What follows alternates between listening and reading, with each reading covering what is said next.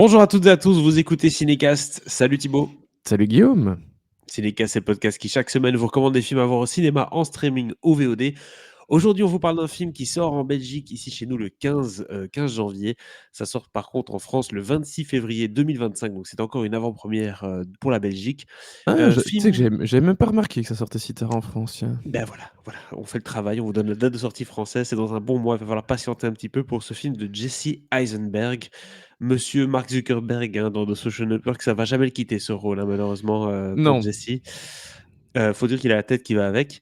Avec Jesse Eisenberg, avec aussi Kieran Culkin qui fait la une, parce que Kieran Culkin, quand il n'est pas à la télévision, il gagne au cinéma également, puisqu'il a gagné un Golden Globes du meilleur acteur dans un second rôle pour ce film aussi, A Real Pain, film, comme j'ai dit, réalisé par Jesse Eisenberg, écrit par Jesse Eisenberg et joué avec Jesse Eisenberg, donc vraiment c'est Oui. son projet à lui, Ouais. qui a Et fait c'est un son peu tour. deuxième long métrage, hein. C'est son Ah deuxième. d'accord, ça je ne Ouais. savais pas.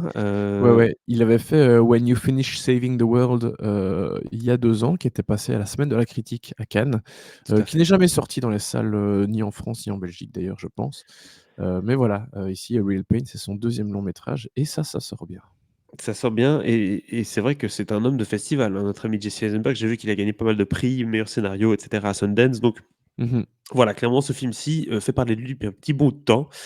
De quoi ça parle? Ça parle de 2 cousins qui ont des caractères très, très opposés, David et Benji, et ils se retrouvent à l'occasion d'un voyage en Pologne, afin d'honorer la mémoire de leur grand-mère qui est donc, décédée, et leur odyssée va prendre une tournure un peu inattendue parce qu'ils vont, profiter un peu de ce voyage-là pour f ranimer des vieilles tensions entre eux, et ce duo en fait, de frères un peu improbable va éclater, lors de ces vacances-là, en tout cas, pour nous, pour nos yeux, et je propose qu'on regarde un extrait de la bande annonce.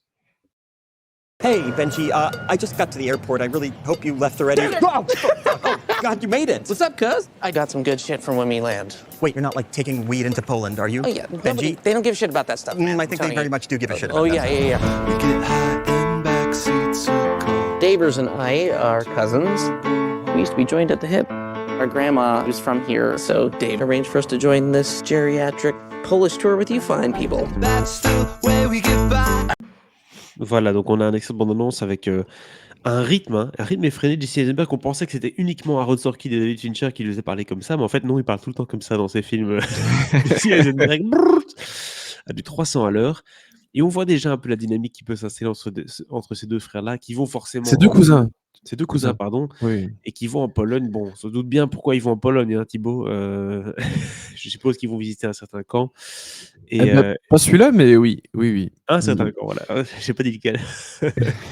Mais voilà, donc des vacances qui vont ranimer pas mal de choses entre eux. Qu'est-ce que tu as pensé de ce film qui m'a l'air très auteur pour le coup, mais très Oui. bien écrit aussi? Oui. Alors c'est très auteur, c'est très bien écrit effectivement, parce que, déjà ce qui fait que le film fonctionne bien, c'est, le duo entre ces 2 cousins que tout oppose, ils ont pas du tout les mêmes caractères.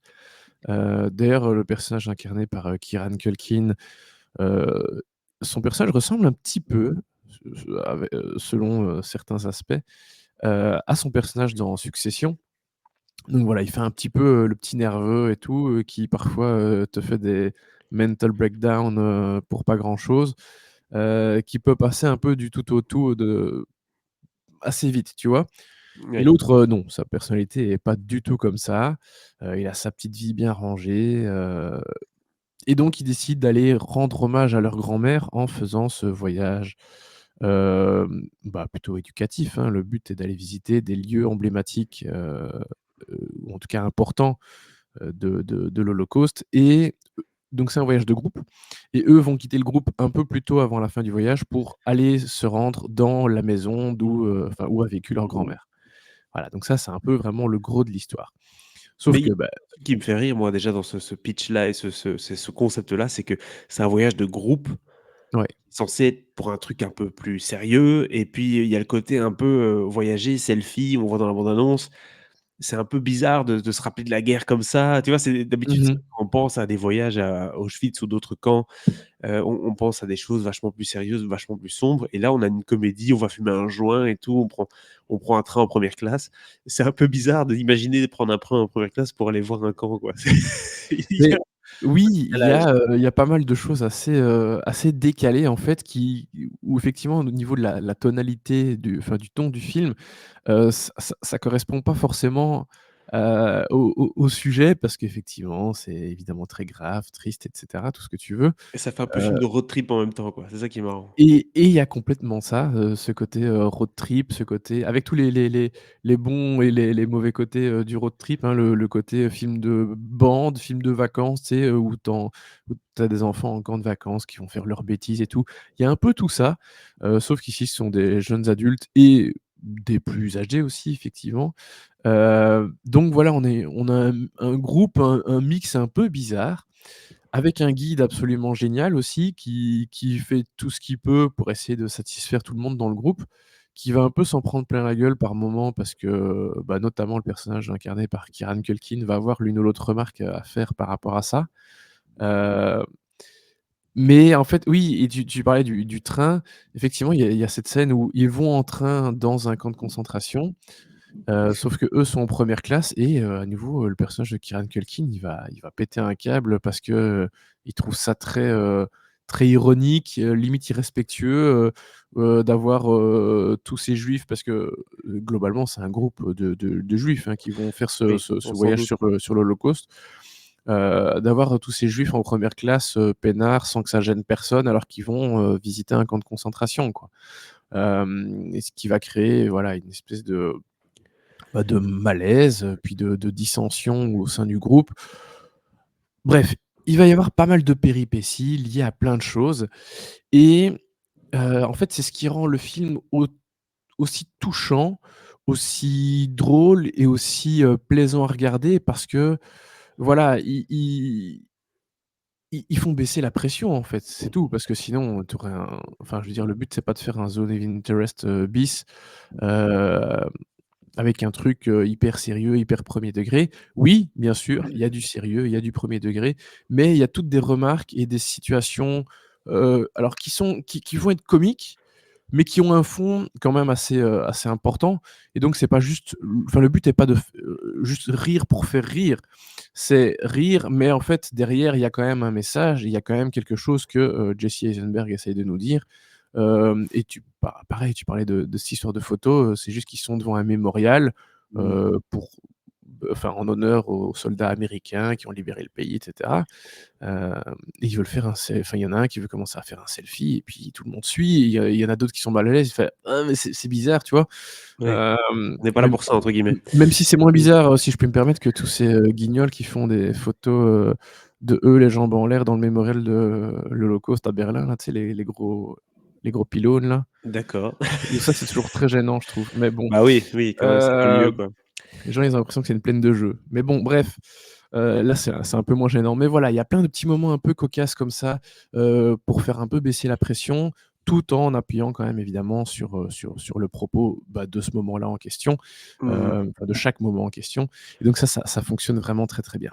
Et puis il y a les ressorts comédie, je veux dire, on est en train de parler d'un duo improbable, ça c'est le truc cliché d'une comédie, avec, 2 personnes, diamétralement opposées qui vont Mmh. apprendre à se connaître l'un l'autre, au fur et à mesure du voyage, qui vont apprendre aussi à Ouais, bah, accepter, alors, i i la i ils se connaissent différence. déjà très bien parce qu'ils Oui, sont mais cousins, tu disais qu'ils étaient frères. En fait, limite, c'était presque ça, c'est ouais, presque on des dirait, frères. ouais. C'est des cousins qui ont passé, toute leur enfance ensemble, et ils ont ce lien hyper fort avec leur grand-mère. C'est pour ça que ça tenait évidemment à cœur à chacun de faire ce voyage et surtout de le faire ensemble, tu vois?